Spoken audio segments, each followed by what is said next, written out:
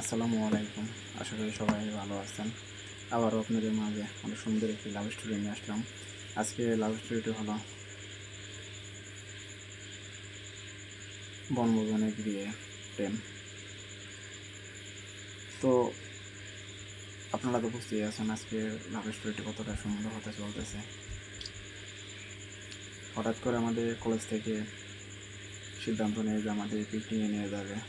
তো পিকনিকে আমার যাওয়ার কোনো ইচ্ছাই ছিল না, কারণ আমার এসব ভালো লাগে না। তবে আমাদের একটি ম্যাডাম আছে, ম্যাডামের একটি মেয়ে আমি অনেক আগে থেকে শুনছি ম্যাডাম মেয়েটা দেখতে অনেক সুন্দর, এর আগেও দেখছিলাম।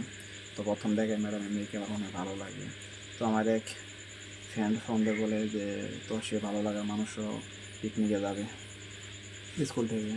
তো আমি আর কোনো প্রকার কাউকে কোনো কিছু না বলে প্রশ্ন না করে সরাসরি পিকনিকে যেদিন যাবে ওই দিন আমি চলে আসি। এসে স্যারদের সাথে কথা বলে আমিও রওনা দিয়ে দিই তাদের সাথে। তো আমি যেহেতু স্কুলে টপার ছিলাম, সব দিক দিয়ে ভালো ছিলাম, তো সবাই সিদ্ধান্ত নেয় যে কিছু মেয়ে ম্যাডাম তাদের ভিতরে আমার যাওয়া লাগবো, কারণ ম্যাডামরা বলতেছিল বারবার যে তুমি আমাদের সাথে আসো। তো কী আর করার, আমি তাদের সাথে রওনা দিয়ে দিলাম। কিন্তু ভাগ্যর কি পরিহাস, আমার সিটটি পড়েছিল সেই ভালো লাগার মানুষের পাশেই, কারণ সবাই আমাকে বিশ্বাস করতো। তো আমাদের জার্নি ছিল 3 ঘন্টা জার্নি। তো আমি 1 ঘন্টা যাওয়ার পরে ঘুমিয়ে পড়ি।